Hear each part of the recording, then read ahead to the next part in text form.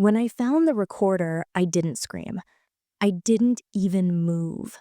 I just stood there in the middle of my living room, holding that tiny black device between my fingers as if it were a dying bird. A soft red light blinked at the top, steady, pulsing, recording. It had been tucked beneath the flower vase on our coffee table, the one my husband's mother gifted us on our first anniversary. I used to think it was pretty. Now it felt like a curse sitting there, silently watching us for God knows how long. For a full minute, I couldn't breathe.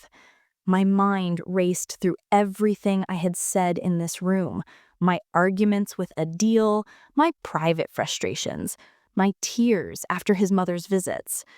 And then one sentence came back to me. Sometimes I feel like she hates me for existing. I had said that right here 2 weeks ago. The red light blinked again. That's when my hands began to tremble.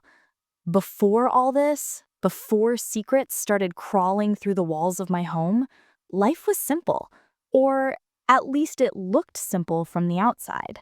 Adil and I had been married 5 years. We lived in a modest house in Lahore, the kind where the morning light slipped through lace curtains and landed on our breakfast table exactly at 8:15 a.m. I worked as a school teacher. Adil managed his small father's printing business, and every Friday, without fail, his mother came to stay for the weekend. I used to prepare for her visits like I was expecting royalty, polishing the cutlery, changing the bed sheets, making her favorite dishes, bitter gourds stuffed with minced meat, sweet rice with almonds. I tried, really tried to make her feel at home, but somehow I always fell short. If I served tea, it was either too strong or too light. If I wore makeup, it meant I was showing off. If I stayed quiet, I was arrogant. In the beginning, I told myself she was just old-fashioned.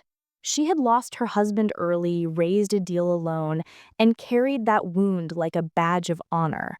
Her protectiveness over him was understandable. I thought time would soften her, but time didn't soften her, it sharpened her. Her words grew more precise, her tone more cutting. Adil likes his parathas crisp, she'd remind me every morning, even after years of marriage. You forget these things easily, don't you? And when Adil wasn't around, she would lower her voice. You think you've replaced me, haven't you? I'd smile weakly and say, no, Ami, never. But the smile didn't reach my heart. Our weekends became performances, her watching, me pretending not to notice. I remember one particular Saturday. Adil had gone to the shop early and I was folding laundry in the living room. His mother was watching a morning show on TV, sipping tea. The host asked something about mothers-in-law and Ami laughed, a short, sharp laugh. You know, she said, turning to me, some women are clever. They act sweet, but they slowly poison the man against his own blood. I paused mid-fold. She looked right at me. I hope you're not one of those women, Betha, she said, her voice syrupy but her eyes sharp. I swallowed my pride and said softly, I'd never do that. She smiled, the kind of smile that says she doesn't believe a word. That night, I cried quietly in the kitchen. Adil came home, saw my red eyes, and asked what happened. I shook my head. Nothing. I didn't want to be the wife who complains about her mother-in-law. I wanted peace. I wanted harmony. But peace, I would learn later, doesn't survive in a house where someone records your every word. The first strange thing happened 3 months before I found the recorder. I'd said something to Adil one night, something small, in the privacy of our bedroom. I was exhausted from work and snapped, sometimes your mother's words hurt me. Adil looked at me strangely. Why would you say that? She told me you said she's evil. My stomach dropped. What? I never. She said you talk behind her back, that you call her controlling. I didn't believe it, but She sounded really hurt. I froze. I swear, Adil, I never said that. He sighed, rubbing his temple. Look, I don't want fights between you two. Just be careful what you say. That night, as he slept beside me, I stared at the ceiling, wondering how she could twist words that never left my lips. I tried to brush it off. Maybe she misunderstood something. Maybe someone else said it. But then it happened again. She began quoting my private conversations, things I'd said to Adil alone. You told him you feel trapped, she said once during dinner. Do you really think my home is a prison? My fork clattered against the plate. I looked at her, then at Adil, whose eyes flickered with confusion. I didn't mean. She smiled, cutting me off. It's all right, Betha. Everyone has their opinions. That night, Adil slept facing the wall, and I lay awake replaying every word I had ever said. For weeks, I walked on eggshells. I started lowering my voice even when I was alone. I unplugged my phone at night, afraid she might somehow listen through it. Paranoia crept into the corners of my life like dampness. I even caught myself whispering prayers, afraid my own walls were listening. Then one evening, as I was dusting the shelves, I knocked over the flower vase. It rolled off the edge, shattered, and out tumbled a small black device, blinking, recording. It had been there all along. My hands went cold. I picked it up, pressed stop, and played the audio. Static at first, then my voice. I don't know how to make her like me, I heard myself say, a shaky echo of my own pain. Then Adil's voice. You're imagining things. Then silence. Then her voice. Got it. That's enough. My heart slammed against my ribs. I sat down right there, amid the broken vase pieces, listening to the woman who'd smiled at me over tea record my pain and turn it into evidence. I didn't tell Adil that night. I couldn't, because if she was bold enough to record me once, I had no idea what else she might have done. So I decided to stay quiet, watch her, study her, and maybe, just maybe, find out how deep her betrayal truly went. That night, I didn't sleep. I sat by the window, clutching that recorder, staring at the reflection of my own face in the glass. Every few minutes, I'd press play again, listening to the fragments of my own voice, my laughter, my sighs, my tears, all stolen from me. Each sound made me feel smaller, as if my entire life had been reduced to a collection of whispers and confessions. By morning, I had decided I wouldn't confront her yet, not without proof, not without understanding what she was doing with those recordings. So I hid the device in my drawer and pretended nothing had happened. The following weekend, she came over as usual. I had expected to feel anger. Instead, I felt fear. She moved around my kitchen with the same calm confidence, adjusting the gas flame, rearranging the spice jars, scolding me for letting the dal boil too long. Betha, she said, her voice smooth as ever, you really should learn to manage your time better. Adil works so hard. The least you can do is have dinner ready when he comes home. I nodded. You're right, Ami. She smiled, that same knowing smile. But now every look, every gesture, every pause felt loaded, like there was a hidden meaning beneath each word. At one point, she bent down to pick something from the carpet. I noticed her eyes dart towards the side table, the very spot where I'd found the recorder. My stomach tightened. I kept my face neutral and asked softly, Ami, are you looking for something? She straightened, her lips curving just slightly. No, Betha, just checking if you cleaned properly. Dust collects everywhere. I forced a smile, but inside, my thoughts screamed. That evening, when Adil came home, She followed him into the study. The door closed behind them. I waited in the hallway, pretending to fold laundry, but my heart was pounding. Their voices were low, muffled. Then suddenly, I heard hers, sharper, deliberate. She said she feels suffocated here. I don't know how long I can tolerate this attitude. I froze. She said that? He asked, disbelief in his tone. Yes, I have proof. I felt my knees weaken. Moments later, a deal came out. His face was pale, jaw tight. He didn't say a word to me that night. He ate in silence, slept early, and when I tried to reach for his hand, he pulled away. Something had broken, quietly, invisibly between us. I still remember that morning like it just happened. The air in the house felt heavy, too quiet. When I went downstairs, I found my husband sitting at the dining table, his phone in his hand, his face pale. He didn't even look up when I said good morning. Then he said quietly, "Mom sent me something." I felt my heart drop. He turned his phone toward me, and there it was, a video of me in our kitchen crying on the phone to my sister. Except the video was edited, chopped and rearranged so it looked like I was mocking my husband's family. My words twisted. My tone changed. It looked real enough to break any trust that was left. He stared at me and said, "How could you say those things?"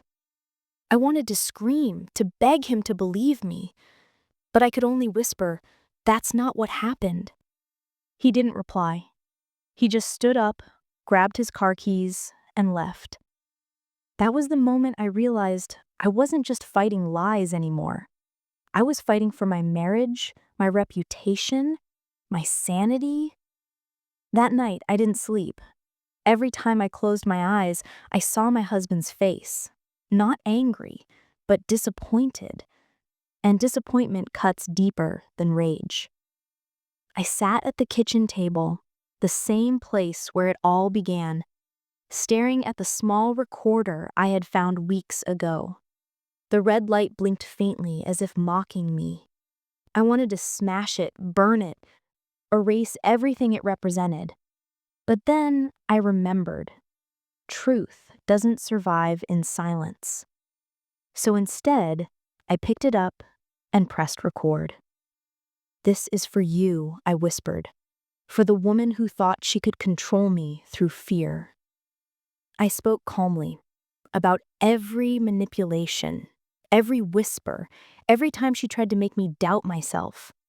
I mentioned the exact days, the rooms, the people who witnessed things. By the time I stopped recording, the sun was peeking through the curtains. And I had a plan. That afternoon, I went to my husband's office. He looked startled when I walked in, tired eyes, unshaven face. Before he could speak, I handed him a USB drive. "Just watch this," I said quietly, "and then decide who's lying." He didn't answer, just took it. I left before my tears could fall. That evening when he returned home, he looked different, calmer, sad, ashamed. He listened. He said, "I can't believe it. She recorded us too. Me, you, even my brother's family." My chest tightened. "You heard her?" I asked. He nodded slowly. "I called her. She denied it at first. Then she cried. She said she did it for me, to protect me from you. I don't even know what that means anymore." For the first time, he reached for my hand. His touch was hesitant, almost fragile. He said, "I'm sorry. I should have trusted you." I wanted to forgive him right there, but pain has a way of holding on. So I just said, "We'll talk later. Right now, you need to tell her she can't come here again." He nodded. I already did. That night, for the first time in months, the house felt still. Not peaceful yet, but finally, mine again. It didn't take long for the whispers to begin. In families like ours, news travels faster than breath. My sister-in-law called first. Her voice trembled when she said, "Pobby, I found something.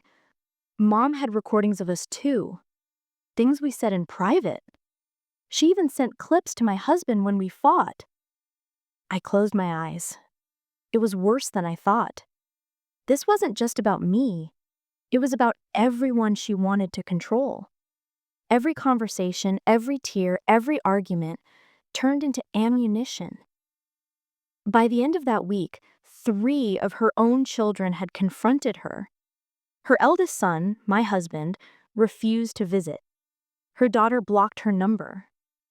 The family WhatsApp group, once filled with cheerful emojis and family photos, went silent. And then came the community fallout. Our mosque's women's circle, where she used to sit proudly in the front row, started murmuring. Someone had leaked one of the recordings she had made of me crying, and suddenly everyone knew what she had done.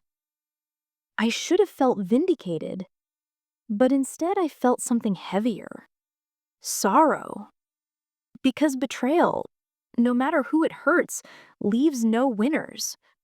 One evening there was a knock on my door. When I opened it, she was standing there, her eyes swollen, a scarf loosely wrapped around her head. She looked smaller, frailer. "She didn't mean for it to go this far," she said quietly. "I just wanted him to see who you really were." I swallowed the lump in my throat. "You wanted him to see your version of me. You never cared about truth, only control." She started crying, real tears this time. But I didn't step forward. I just stood there holding the doorframe, keeping my distance. She said, "I lost everything. My sons don't speak to me. I can't even show my face in the community."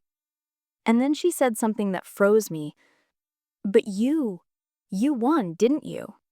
I looked at her, and for the first time, I didn't feel angry. I just felt tired. "No," I said softly. "There are no winners in a house full of recordings." Then I gently closed the door. Inside, the silence felt different this time. Not empty, but healing. It took months before life began to feel like life again. The silence in our home slowly changed, from something sharp and suffocating to something calm, like exhaling after a long storm. My husband and I started talking again, really talking, not through accusations or apologies, but through quiet honesty. One evening, we sat on the porch as the sun went down. The sky was painted in soft orange, and the world finally felt still. He turned to me and said, "I should have believed you. I let her voice be louder than yours." I looked at him, searching his face, the face I'd once trusted with every secret.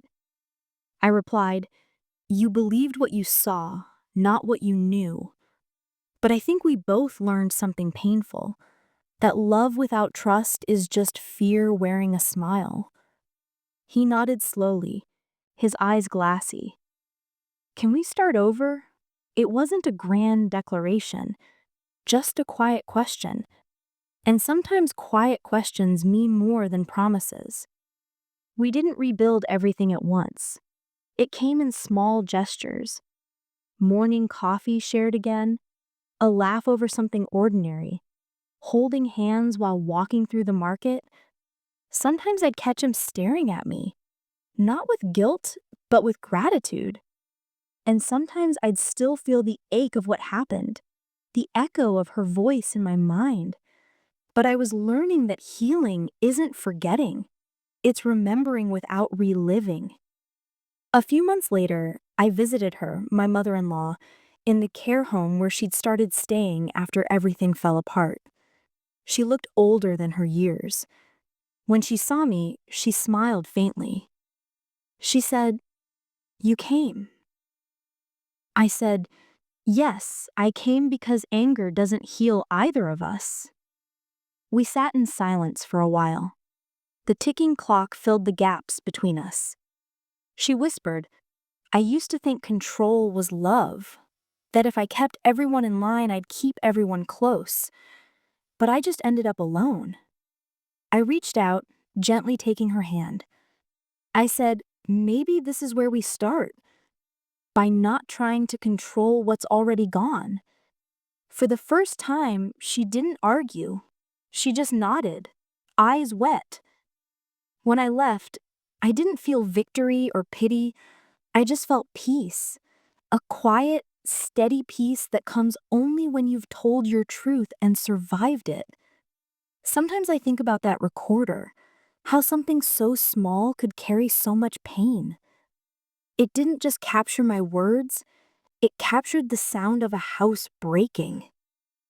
But it also taught me something I might never have learned otherwise, that truth doesn't always shout.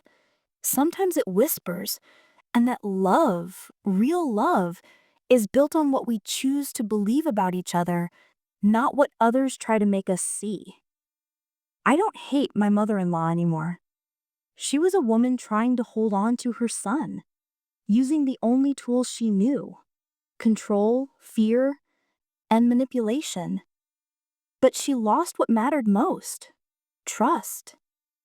And in her loss, I found my freedom. Now, when I walk through our home, there are no hidden devices, no whispered suspicions, only the quiet hum of life moving forward. Sometimes healing doesn't come with fireworks. It's been almost a year since everything happened. A year since my house was full of whispers I didn't understand. A year since I learned what it truly meant to be betrayed by family. Life looks different now. Our home feels lighter. No more tiptoeing around invisible tension. My husband and I took time, a lot of time, to rebuild what was broken. At first, every argument felt like walking on glass. Every silence felt suspicious. But then small things began to change. A shared meal, a laugh at something silly, his hand brushing mine when I least expected it. And slowly, I realized that sometimes love survives even after trust shatters, but only when both people choose to rebuild, not rewrite the story. My mother-in-law moved to her sister's place in another city. We don't talk often, but once every few months she sends a short message. "How are you?" or "Hope you're well." I reply with a simple, "We're fine." And that's enough. I've learned that forgiveness doesn't mean closeness, it means peace without bitterness. Her health isn't what it used to be, and sometimes I wonder if loneliness became her punishment. She wanted to control everyone's story and ended up being written out of them. One afternoon, while cleaning out an old cabinet, I found that same recorder, the one she'd hidden months before. My first instinct was to throw it away, but instead, I placed it in a box labeled "Lessons," because that's what it became: a reminder of what happens when you let fear guide love, when you forget that family should be a safe place, not a silent war. I've started journaling now, not for evidence, not for defense, but for peace. Every page I fill is a piece of my story reclaimed from her manipulation.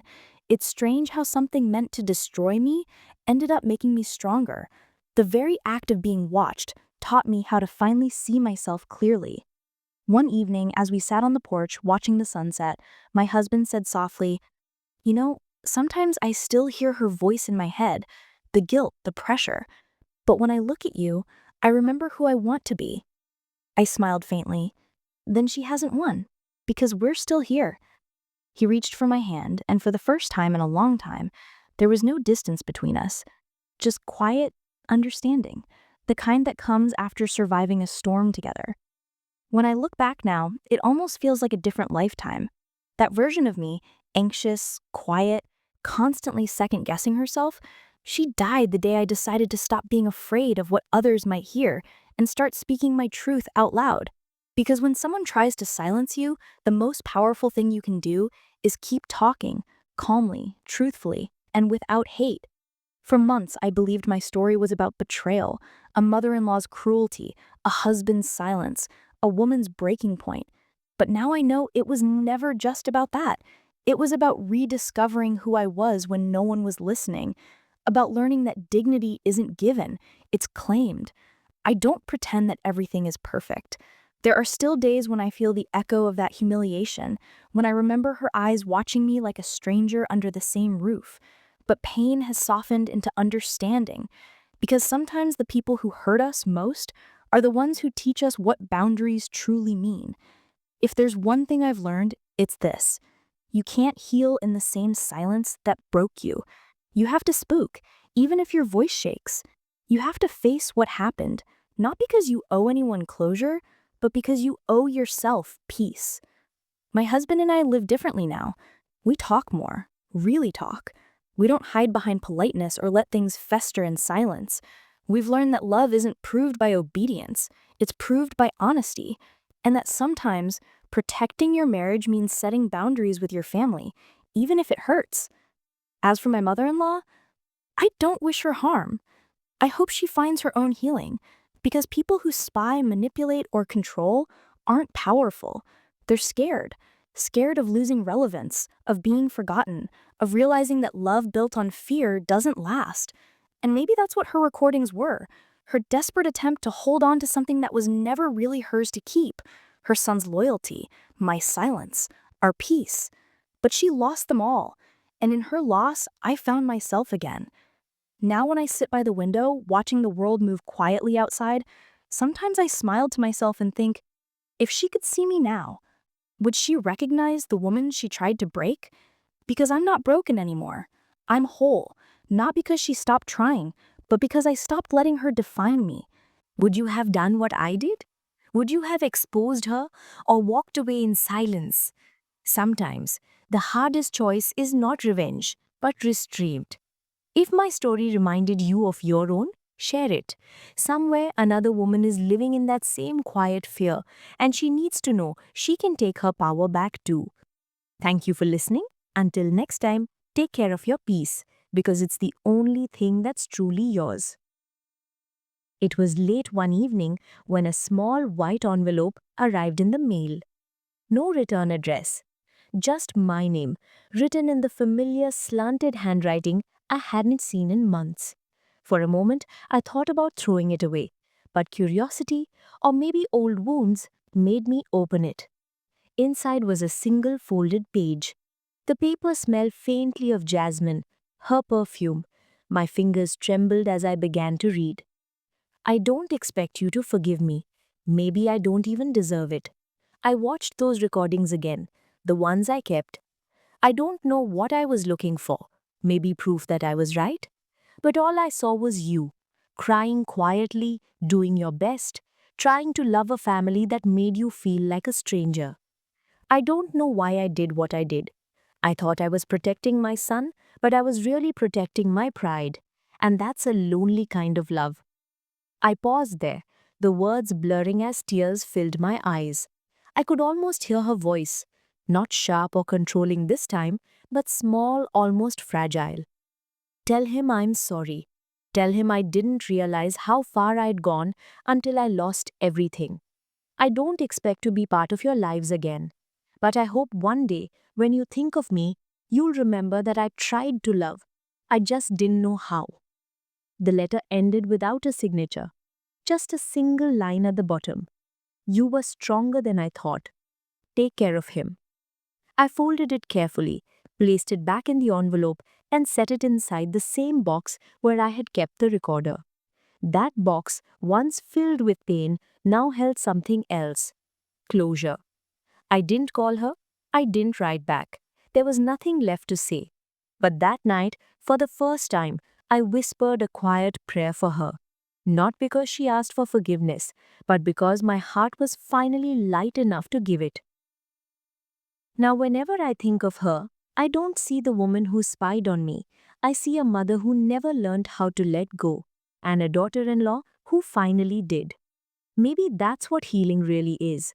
Not forgetting what happened, but remembering it without bitterness. If you ever find yourself holding someone's secrets, ask yourself why. Is it because you want power? Or because you're too scared to lose love? Because sooner or later, one will destroy the other.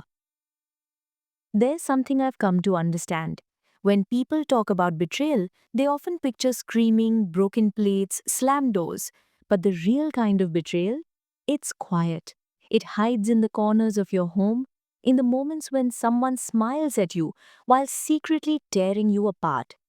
My story wasn't just about my mother in law, it was about how easily trust can be twisted, and how silence, the kind you convince yourself is peace, can slowly become a prison. For so long, I tried to be the good wife, the good daughter in law, the one who didn't make a scene. But every time I stayed silent, I gave someone else the power to define my worth. Until I didn't. Until I decided that protecting my peace mattered more than keeping appearances. Until I realized that forgiveness doesn't mean weakness. It means you've stopped waiting for an apology to set you free. I used to think strength looked like fighting back. Now I know sometimes it looks like letting go, quietly, gracefully, without turning bitter. Because if you let bitterness grow, it starts to sound a lot like the person who once hurt you. So I chose differently. I chose peace. I chose to be the kind of woman who remembers but doesn't resent, who can forgive but doesn't forget her worth, who can love again, carefully but fully. And in that choice, I found something my mother in law never did: freedom. If someone ever tries to silence your truth, don't let them. Your voice matters, your peace matters, and no amount of manipulation is stronger than the quiet courage of a woman who knows her own heart. Thank you for listening to my story. If it touched you, if you saw even a small part of yourself in my words, I'd love to hear from you. Would you have forgiven her or walked away for good? Share your thoughts below, because sometimes the stories we tell help someone else find the strength to tell their own. And if you'd like to hear more stories like this one, don't forget to subscribe. Until next time, take care of your heart and guard your peace. It's strange how life continues, how even after all the storms, the world outside looks exactly the same. The same sunlight spills through the curtains, the same kettle whistles on the stove, the same clock ticks gently on the wall. But inside, everything is different. Sometimes I wonder what people would think if they knew what really happened here. They'd never believe it. They'd see a quiet home, a smiling couple, a tidy kitchen, and they'd assume peace was always here. But peace, I've learned, isn't something you inherit. It's something you build, brick by brick, truth by truth, even when your hands are still shaking. A few weeks ago, my husband asked if I'd ever want to invite his mother-in-law back. The question hung in the air like a shadow. I looked at him, at the man who once stood between me and my own sanity, and I said softly, if she ever wants to come, she's welcome. But this time, there will be no secrets, no lies, no silence. He nodded slowly, understanding exactly what I meant. We didn't need revenge to make things right. We just needed boundaries. Sometimes the greatest act of love is not holding on, but knowing when to let go.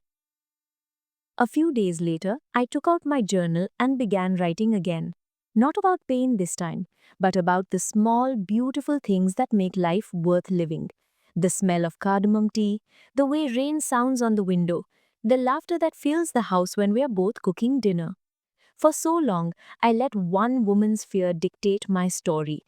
But now, I write for me, for the woman who learned that love can survive even after trust breaks, for the woman who found strength in stillness, and for the woman who finally realized you can be kind and still set fire to the silence that once trapped you. I don't know if my mother-in-law will ever fully understand what she did. Maybe she's too proud, maybe too broken, but that's not my burden anymore. Because the truth doesn't need her confession to exist. It just needs me to stop hiding from it. So I've made peace with the past. Not because it didn't hurt, but because I refuse to let it keep defining me. And that's what I hope someone out there hears tonight. You don't have to win the war to find your freedom. You just have to stop fighting battles that already ended. Maybe peace isn't the absence of conflict, but the presence of self-respect. If my story meant something to you, If it reminded you that even in betrayal you can choose grace, then maybe it's time to tell your own. Because silence only wins when we stop speaking. So tell your story, even if your voice trembles, especially then. I used to think stories like mine only happened in movies, that betrayal this deep from people so close couldn't be real. But life doesn't ask your permission before teaching you a painful lesson. It just, it just happens. And when it does, you have two choices. You can let it harden you, or you can let it shape you. I won't pretend it's easy. Forgiveness isn't soft, it's the hardest thing you'll ever do. Because it's not about excusing what someone did, it's about freeing yourself from what they left behind inside you. I spent so long replaying her words in my head, those recordings, those twisted moments that nearly broke me. But one night, I looked at myself in the mirror, really looked, and I realized a simple but powerful word. If I keep carrying her darkness, I'll never have hands left to hold my own light. So I let it go. Not because she deserved peace, but because I did. Now, when I sit by the window at sunset and the world is quiet again, I think of all the women, the wives, the daughters, the mothers who are silenced by fear, by manipulation, by guilt. And I want to tell them, you are not weak for forgiving, you are not foolish for hoping, you are not broken for surviving. Sometimes strength looks like walking away without bitterness. Sometimes it's choosing to rebuild instead of revenge. And sometimes it's just waking up one more day with your heart still gentle despite everything.